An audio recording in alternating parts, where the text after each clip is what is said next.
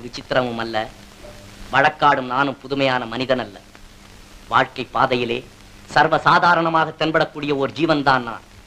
கோவிலிலே குழப்பம் விளைவித்தேன், பூசாரியை தாக்கினேன், குற்றம் சாட்டப்பட்டிருக்கிறேன். இப்படியெல்லாம் நீங்கள் எதிர்பார்ப்பீர்கள் நான் இதையெல்லாம் மறுக்கப் போகிறேன் என்று. இல்லை, நிச்சயமாக இல்லை.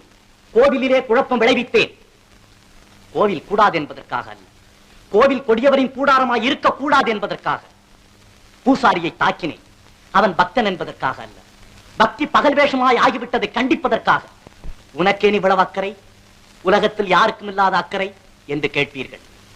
நானே பாதிக்கப்பட்டேன், நேரடியாக பாதிக்கப்பட்டேன்.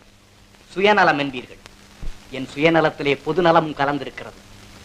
ஆகாரத்திற்காக அழுக்கை சாப்பிட்டு தடாகத்தை சுத்தப்படுத்துகிறதே மீன், அதை போல என்னை குற்றவாளி என்கிறார்களே. இந்த குற்றவாளியின் வாழ்க்கை பாதையிலே கொஞ்ச தூரம் பின்னோக்கி நடந்து பார்த்தால்